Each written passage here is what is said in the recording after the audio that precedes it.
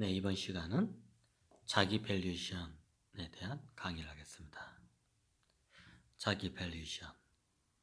네, 주식의 가치 평가를 하는 겁니다. 하지만 자기의 주관적인 판단이 필요하죠. 왜 객관적이지 않냐고요? 어떻게 보면 자기 밸류에이션은 객관적이라는 게 좀 되기가 힘든 것 같아요. 왜냐하면 이 회사가 앞으로 어떻게 될지는, 미래가 어떻게 될지는 모르잖아요. 굳이 현재와 과거의 데이터로 해서 자기 밸류에이션을 할 수 있습니다. 네, 객관적으로 아주 할 수 있습니다. 하지만 우리는 과거와 현재 상태만 보고 회사를 가치 평가를 하는 것은 마치 운전을 할 때 백밀러만 보고, 앞은 보지 않고 백밀러만 보고 운전하는 것 같습니다. 앞을 본다는 것은 이 회사가 미래의 가치가 어떻게 커질지, 그거를 어느 정도 예지를 해야 합니다. 자, 예를 들어서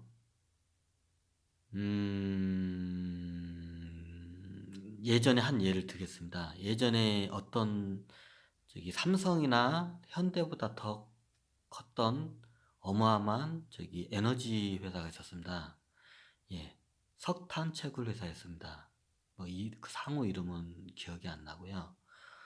그 회사 같은 경우에는 강원도에서 석탄을 채굴하면 서울로 그 석탄을 기차로 실어서 보냅니다. 예전 어르신들은 다 아시겠지만 예전에는 모든 게 다 석탄, 에너지원이 대부분 석탄이었습니다.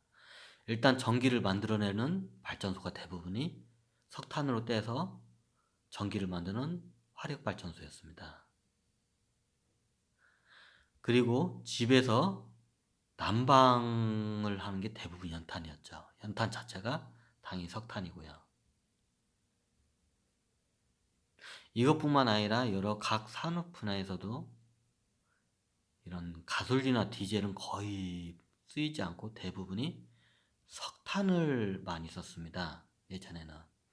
그러니 당연히 우리 국내에서, 특히 서울에서는 모든 게 난방이나 전기 같은 게 다 석탄으로 이게 되기 때문에 석탄 수요가 굉장히 컸습니다. 그렇기 때문에 회사 매출이 그에 대해서 크고 당연히 회사는 어마어마한 수익을 거뒀습니다.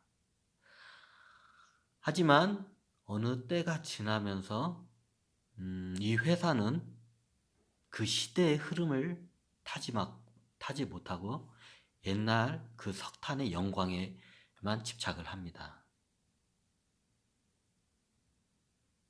그런데 시대는 앞으로 가솔린과 디젤이 이런 원유, 석유 시대가 도래하게 되는데 석탄에만 계속 연연하다가 나중에는 회사가 석탄, 대부분의 이제 모든 에너지원들이 다 석유로 이제 대체로 되면서 석탄 수요가 굉장히 줄어듭니다. 그러면서 석탄 회사들이 하나씩 하나씩 문을 닫게 되죠. 그 채굴 현장들도 많이 인력을 줄이게 되고요. 지금은 석탄 회사의 명맥을 찾을 수 없을 정도로 거의 다 다 도산을 했습니다. 하지만 그 당시에는 어마어마한 매출과 영업이익을 거두던 회사였습니다. 마치 이와 같습니다. 회사가 앞을 보지 못하고 옛것에 너무 연연하다가 그 시대의 흐름을 타지 못해서 회사가 도산한 경우는 우리 많이 보고 있습니다.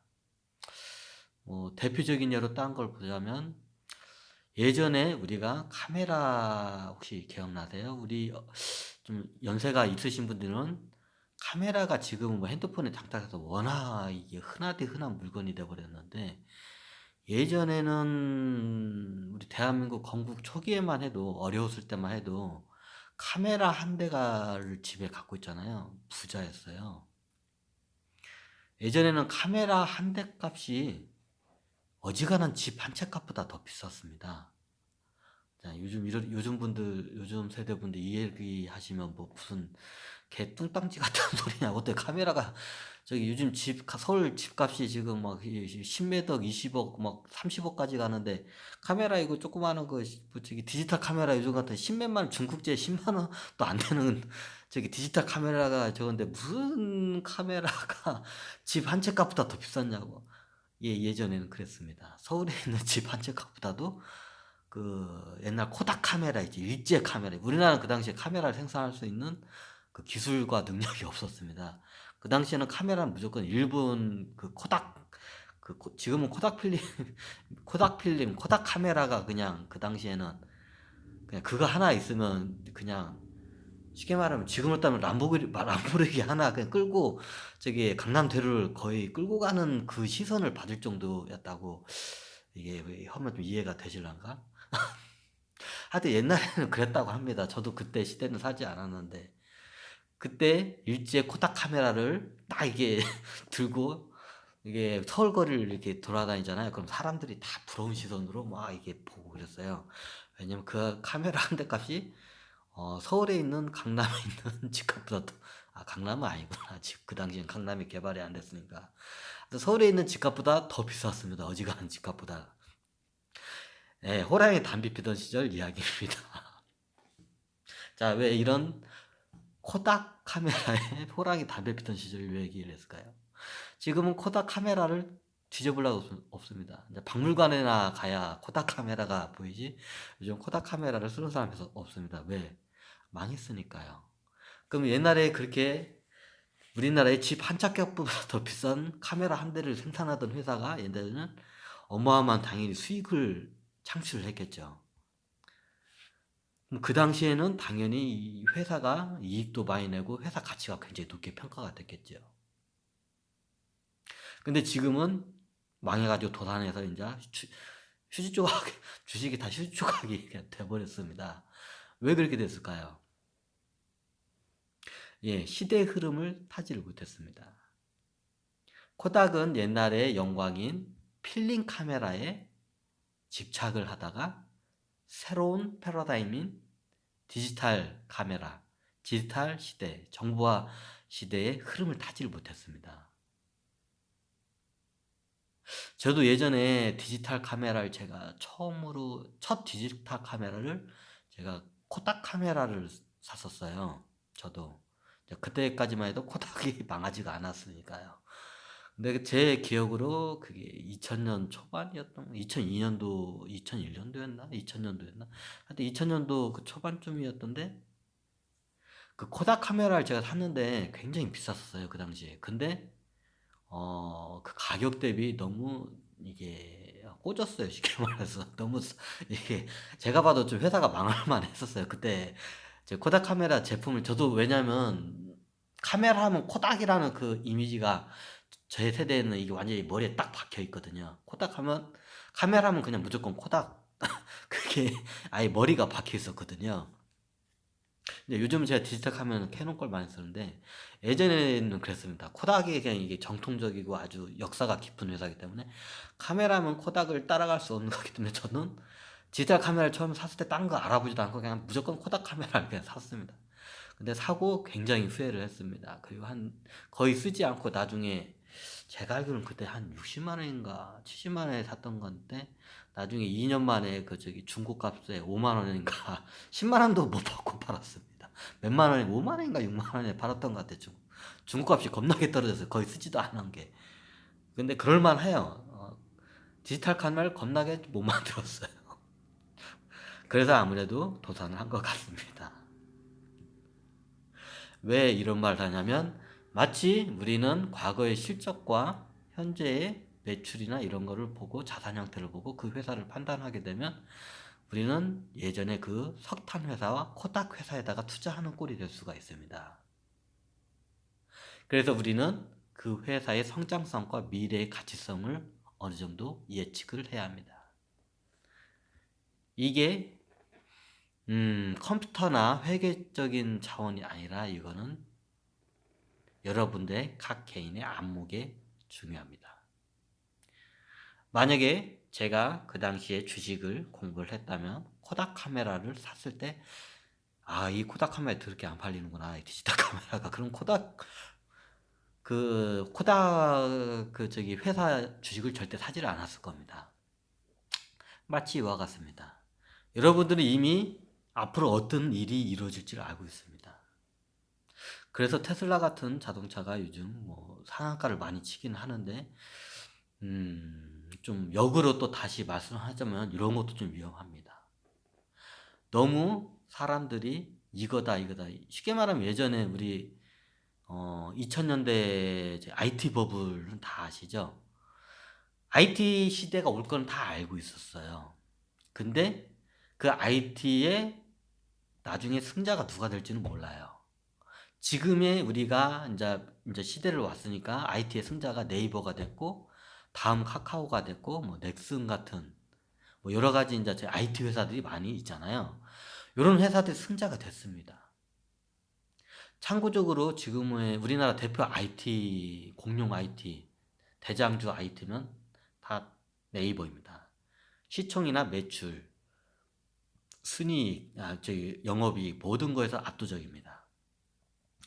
하지만 2000년도에 네이버라는 그 NHN인가요? 하여튼 네이버라는 게 이게 지금 다들 예전에 그 초창기 2000년 그 전후반으로 했을 때 2000년대 그 IT 버블 때만 해도 네이버가 뭔지를 모르는 사람들이 태반이었습니다. 그 나중에 그 손예진이 뭐 지식인 이거 그 광고하면서 그때 지식인으로 갑자기 급부상을 하면서 그 네이버가 검색 시장을 다 이제 다 이걸 거의 독점하다시피 다 해버렸는데, 그 당시 2000년도 초반만 해도 IT 그 버블 시대만 해도 네이버라는 게 있긴 있었는지도 몰라요. 저도 그 네이버라는 걸 나중에 한참 들었으니까. 근데 네이버가 이렇게 될지는 몰랐죠. 그 당시에 뭐 검색 엔진 사이트만 해도 저 같은 경우만 해도 야후를 대부분 많이 썼어요. 근데 야후는 어떻게 되나? 야후 코리아가 지금 아예 없어졌습니다. 옛날에 2000대 초반에도 검색이 거의 1순위가 야후였어요. 야후 코리아. 아마 옛날 분들이면 예전 분들 아시면 요즘 세대 분들 잘 모르실 거예요. 그러면 그 당시에는 야후 코리아가 당연히 미래의 제 검색 시장을 다 장악할 거라고 누구지 의심하지 않았을 겁니다. 근데 지금 시간을 지나고 와 보니 야후 코리아는 지금 흔적도 없이 사라졌습니다. 야후는 마치 이와 같습니다. 여러분들이 그 회사를 투자하는 데 있어서는 많은 위험성이 있습니다. 그리고 그거에 대한 여러분들의 예측은 항상 여러분들이 그 회사를 데이터를 하고 추적 조사를 하고 계속 해야 그거를 알 수가 있습니다. 그럼에도 불구하고 실패하는 경우가 사례가 많습니다. 마치 이와 같이 자기 밸류에이션을 하는 데 있어서 현재 이 회사의 자산 청산 가치성과 그리고 현재의 매출과 영업이익은 누구나 다 이걸 쉽게 낼 수 있습니다. 하지만 미래의 가치성은 우리가 그거는 알아낼 수가 없습니다. 하지만 우리는 그거를 알아내야 이 회사에 투자할지 말아야 할지를 결정할 수가 있습니다. 만약에 현재의 청산 가치성, 자본금이 많고 영업이 잘 낸다는 이유만으로 그 회사에 그냥 투자를 한다면 우리는 미래의 코닥 회사나 석탄 회사에다 투자하는 꼴이 될 수도 있습니다. 그래서 우리는 현재와 과거 그리고 미래에 대한 예측성까지 같이 갖춰야 정확한 자기 밸류에이션을 할 수 있습니다. 아까 말씀드렸지만 자기 밸류에이션은 지극히 주관적입니다. 그거 말 그대로 가치평가는 자기가 결정하는 겁니다. 다른 사람들은 이 회사를 한 주당 10만 원으로 가치평가지만 나는 이 회사가 10,000원도 안 되는 것 같아. 그러면 그게 자기 밸류에이션입니다. 하지만 과거와 현재도 같이 데이터를 항상 구축을 하고 있어야 합니다. 그리고 그걸 기반으로 미래의 예측성도 같이 봐야 합니다. 시대의 먼저 흐름을 타고 그 시대에 누가 주역이 되는지를 우리는 어떻게 보면 알아맞혀야 합니다. 마치 경마장에서 어떤 말이 1등이 들어올지 알아맞히는 것과 좀 비슷하기도 하죠.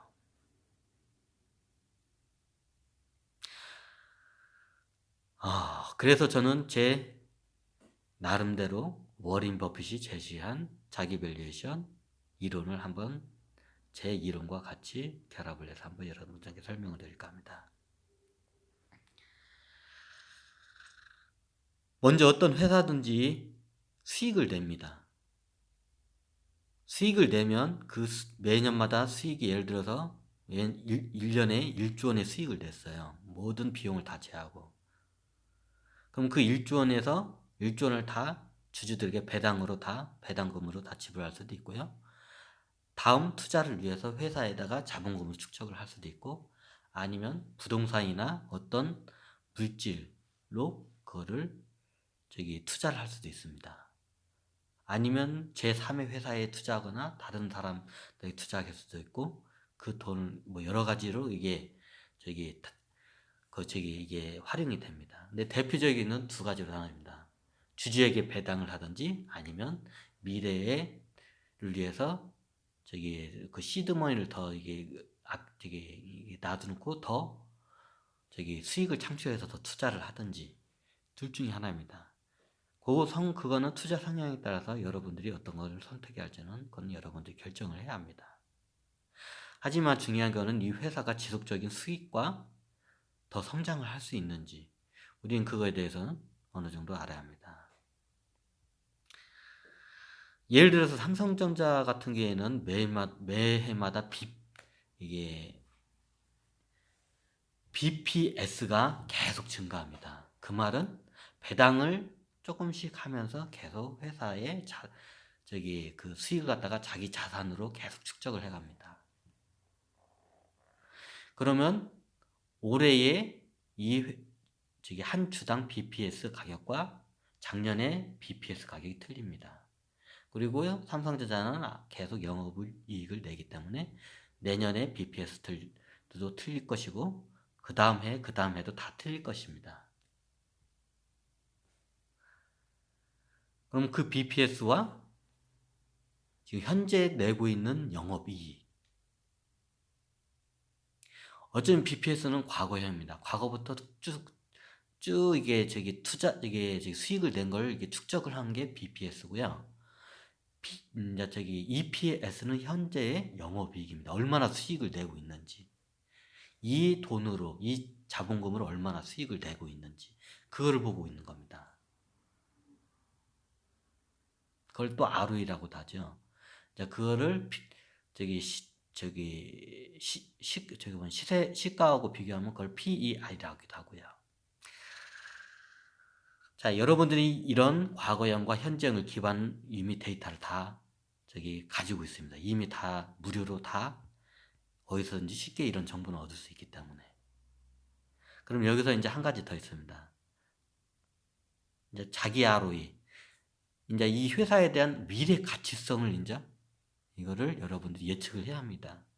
이 삼성전자가 계속 꾸준히 이대로 갈 수 있을지 않을지, 아니면 어느 정도 가다가 코닥 회사처럼 그렇게 폭망을 할지,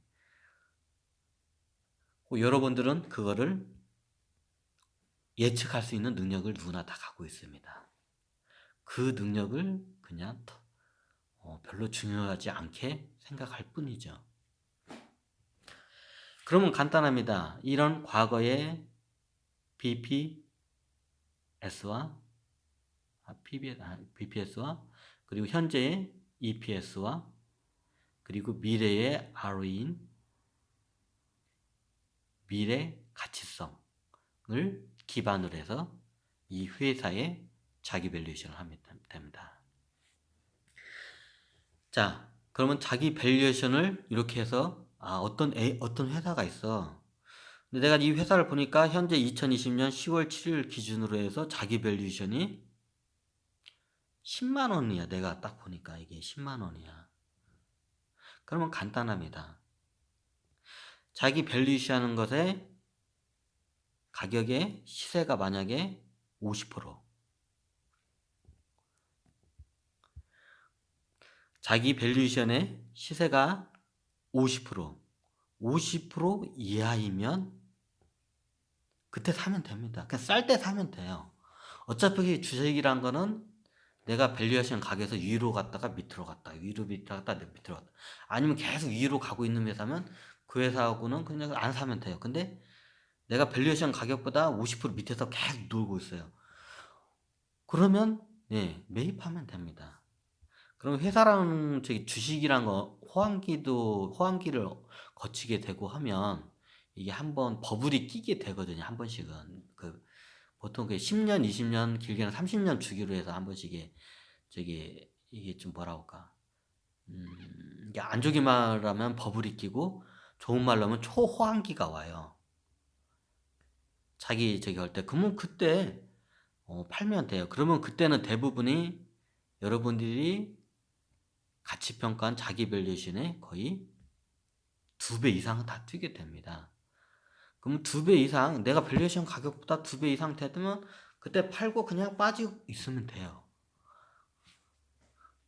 그리고 어차피 경기 사이클은 돌고 돌기 때문에 나중에 다시 기회는 오게 돼 있습니다.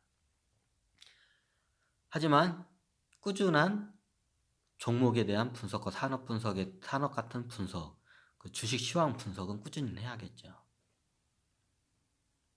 그러면 밸류에이션은 올해의 밸류에이션이 그 가격이 들리고 분기마다 들고 오늘과 내일의 그 회사의 밸류에이션이 또 틀려집니다. 그건 여러분들이 끊임없이 그 밸류에이션 가격을 이거를 뽑아내야 합니다. 그리고 그걸 분석을 해야 해요. 그리고 그 분석을 기반으로 해서 여러분들은 이 회사를 주식을 사야 할지 팔아야 할지를 판단해야 합니다. 간단합니다. 내가 밸류에이션을 하고 그 밸류에이션 가격보다 50% 밑으로 반값이면 그냥 반값 세일을 해. 주식이 반값 세일해. 그럼 그거 사면 돼요. 근데 막 사람들이 서로 사고 싶어가지고 막 올라가 있어. 내가 밸류에이션 가격보다 2배로 뻥쭉 뛰었어요.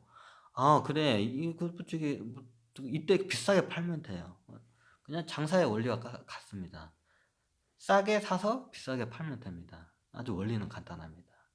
그 대신 그 자기 밸류에이션 기준을 잘 잡아야겠죠. 이게 여러분들에게 제가 제안하는 주식 투자의 방법입니다. 이게 원래 워렌 버핏께서도 이걸 말씀을 많이 하셨는데, 보통 사람들은 이렇게 하게 되면 수익률이 별로 나지 않기 때문에 그렇게 귀등을 들지 않습니다. 그래서 워렌 버핏 같은 경우는 연 수익률이 약 25% 정도 나옵니다. 평균. 근데 25%라는 수익률이 이게 별거 아닌 것 같은데 이게 복리로 가면 그 대신 항상 25% 평균 25% 하게 되면 어떻게 되냐면 제가 한번 계산을 해봤거든요. 대략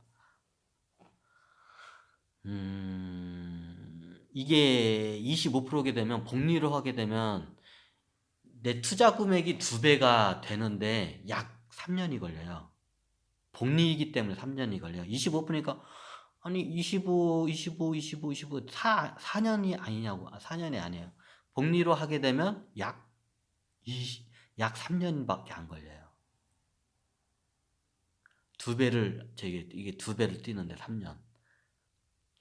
그리고 재밌는 게 뭐냐면 이게 30년으로 이게 3년으로 하게 되면 그런데 이제 10배인 30년이라는 시간이 지나잖아요. 그러면 30년을 복리로 하게 되면 약 1000배가 돼요. 와우. 그 대신 잃으면 안 돼요. 항상 25%라는 수익률이 그대로 고정되어 있어야 돼요. 이게 평균치가. 이제 그게 힘들죠.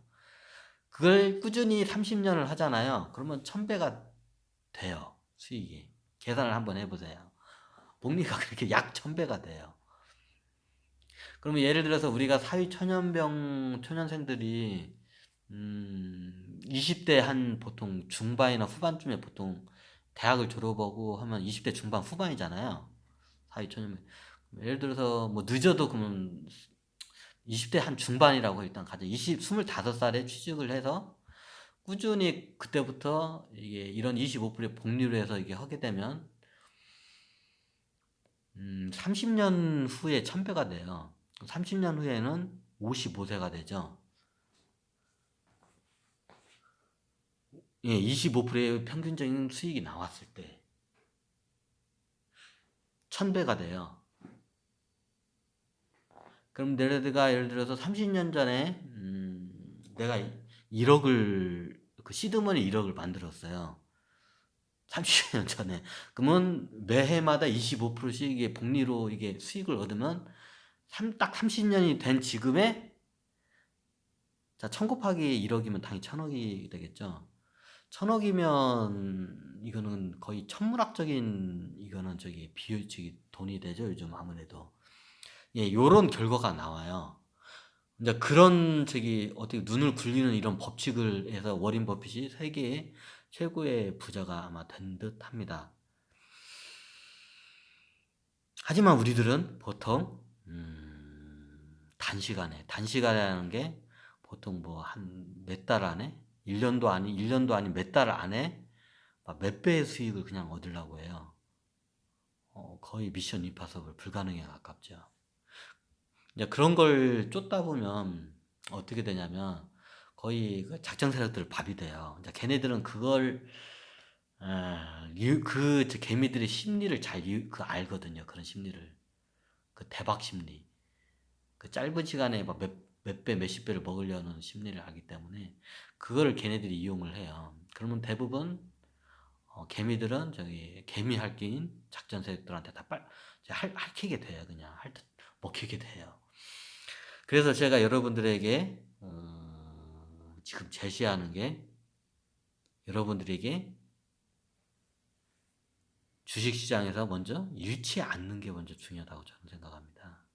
수익을 많이 내는 게 중요하지 않은 게 중요한 게 첫 번째가 아니고요. 먼저 주식시장에서 잃지 않는 게 중요해요. 그럼 간단합니다. 그 회사하고 같이 동방 상승하면 됩니다. 저 같은 경우에는 그 회사의 주식을 사잖아요. 그럼 그 회사에 대한 분석뿐만 아니라 그 회사에 도움이 되는 어떠한 행동을 합니다. 그거는 제가 영업 비밀이기 때문에 말씀 못 드립니다. 뭐 예를 들어서 제가 뭐 그 주식을 산 건 아니고요. 예를 들어서 어떤 A라는 저기 식품 회사 라면을 만드는 회사를 샀어요. 내가 평소에 좋아하는 라면이기도 하고. 그러면 그냥 그 라면을 먹고 그 라면을 주변 사람들한테 저기 이거 맛있다고 좋다고 이렇게 권유를 하면 됩니다. 그럼 그 회사 입장에서는 플러스 요인이 되겠죠. 그 회사한테 도움이 되는 뭔가 행동을 하면 됩니다. 이게 대표적인 걸 어디서 배웠냐면 저도 워린 버핏한테 배웠습니다. 워린 버핏은 다들 알다시피 코카콜라의 최대 주주이기도 하면서 맥도날드의 최대 주주이기도 합니다. 그러면 항상 저기 워린 버핏은 어디 저기 1급 저기 아주 뭐 8성급, 7성, 9성급, 5성급 이런 호텔에 가도 거기 있는 맛있는 음식을 안 먹습니다. 그냥 코카콜라하고 저기 맥도날드 햄버거만 갖다 주세요. 자, 이거로 해서 코카콜라, 맥도날드, 야, 세계 최고 부자인 저기 워린 버핏이 저기 맥도날드 햄버거고 저기 코카콜라 먹는데 이거 엄청난 이거는 마케팅 광고 효과입니다. 그러면 이게 즉 맥도날드의 매출과 코카콜라의 매출로 바로 연결이 됩니다. 그러면 최대 저기 그 주식을 갖고 있는 워린 버핏은 그 회사에 대해서 대한 저기 그 당연히 그 주식값이 오르는 그 수익이 당연히 많이 발생을 하는 건 너무나도 당연하죠. 마치 이와 같습니다. 제가 비록 그렇게 영향력은 없지만 제가 산 주식 그 회사 그 내가 투자한 회사를 위해서 뭔가 그 회사를 위한 긍정적인 뭔가 행동을 하면 됩니다. 그게 홍보가 될 수도 있고요. 권유가 될 수도 있고 그 회사의 제품이나 서비스를 집중적으로 쓰는 걸 수도 있고요. 뭐 여러 가지의 방법은 있습니다. 이제 이런 만약에 그 회사에 그렇게 했으면 그 회사에 대한 물건이나 서비스 당연히 기본적으로 좀 써봐야 하고 그게 좋으면 주변에도 당연히 권유할 만하죠. 근데 만약 예전에 제가 코닥 카메라 디지털 카메라처럼 꽂았어요. 그러면 주식을 빨리 빼고 그냥 그 회사를 안 사면 돼요. 될 때도 그 회사 주식을 안 사면 돼요. 근데 내가 써보니까 좋아. 이 회사 디지털 카메라가, 이게 카메라가. 그럼 계속 써요. 그리고 그 회사를 이제 주식을 사요. 그리고 주변 사람들한테도 내 이 카메라 좋아. 너 디지털 카메라 보서 이거 사라고. 이게 좋다고. 이 카메라 사라고. 내가 써보니까 이 카메라보다 좋은 거 없다고. 그럼 그 회사의 외출과 영업이익은 당연히 그에 따라 늘어나게 됩니다. 그게 적든 많든. 뭐 우리 옛말에 티끌모아 태산이라는 말이 있죠. 자, 이렇게 되면 회사와 투자자 같이 윈윈을 하는 겁니다. 이게 원래 주식 회사의 모태가 된 이게 이념입니다. 다들 모르시고 있지만. 예전에 말씀드렸지만 주식회사가 네덜란드 상인들이 인도에서 향신료를 수입을 하기 위해서 이게 처음에 만들어진 회사입니다. 처음에는 그냥 부자 한 명이 혼자서 투자를 해가지고 이렇게 했습니다. 근데 나중에는 이게 위험이 많고 이게 하다 보니까 나중에는 이제 여러 사람들이 쪼개가지고 이제 투자를 한 게 이제 주식회사의 이게 최초의 시발점이 됩니다. 근데 그 당시에 어떤 일이 발생했냐면, 그 당시에는 뭐 주식회사로 한 회사도 있고, 그냥 지금 혼자서 그냥 부나 옛날 같은 뭐 백작이나 뭐 이런 공작이나 이런 사람들이 돈을 많이 갖고, 이런 사람들이 투자를 하는, 혼자서 몰빵으로 투자하는 경우가 있어요. 근데 어떤 회사가 성공할 확률이 높았을까요? 여러 사람들이 그 회사에 지분도 같이 투자를 하면서 같이 참여를 하고 그 회사에 도움을 주게 됩니다. 그럼 이 회사가 당연히 더 성장할 가능성이 많습니다. 여러분들이 어떤 회사에 대한 주식을 사게 되면 그 회사가 좋고 미래 가치성이 있다면 그 회사에 대한 제품을 애용을 해주고 그 회사에 대한 홍보도 해주세요. 왜? 회사 제품이 좋고 다른 사람들 권유할 만하니까. 근데 옛날에 제 코닥 필름처럼 코닥 카메라처럼 디지털 카메라처럼 되게 꽂았어 하면 주식을 이제 그때는 빼야죠. 이제 손절을 해서라도 빼야죠. 왜냐면 미래에 망할 것 같으니까. 제대로 된 카메라를 생산을 못 하니까요. 마치 이와 같습니다. 여러분들이 이미 주변에는 여러분들의 시장을 조소할 수 있는 거리가 이미 다 널려 있습니다.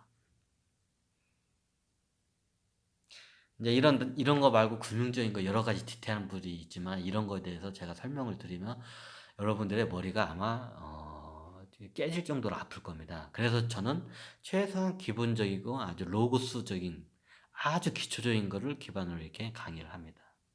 최소한 이런 기초적인 강의를 이렇게 듣고 하면 최소한 이게 어이없는 선택은 하진 않을 거라고 저는 생각하기 때문에 이렇게 강의를 하게 되었습니다. 자, 오늘은 자기 밸류에이션에 대해서 한번 강의를 했습니다. 자, 한번 강의를 들으셨으면 여러분들도 한번 자기 밸류에이션 종목을 한번 찾아보고 한번 연습을 해보세요. 처음부터 실전에 들어가기 전에 먼저 연습을 하는 게 더 중요합니다.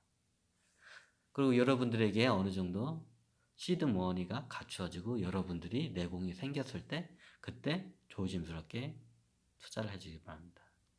처음에 투자할 때는 좀 보수적으로 하는 걸 저는 권유를 합니다. 왜냐하면요, 진부적으로 하는 그거는 전문 투자자들의 영역이지 아마추어들은 정말로 보수적으로 가야 돼요. 내 돈을 잃지 않는 걸 먼저 타겟으로 해서 접근을 해야 돼요. 그래야 큰 수익은 안 내도 최소한의 주식시장에 이게 호구는 되지는 않습니다. 예를 들어서 그냥 주식시장에 밥은 되지는 않습니다. 그 정도는 그렇게 접근하면 최소한 이게 호구는 되지는 않습니다. 처음에 그런 식으로 이렇게 접근을 하기를 저는 먼저 권유합니다. 예, 감사합니다. 오늘까지 자기 주식 투자에 대한 강의를 여기서 마치겠습니다. 네, 감사합니다. 또 해킹 들어왔네.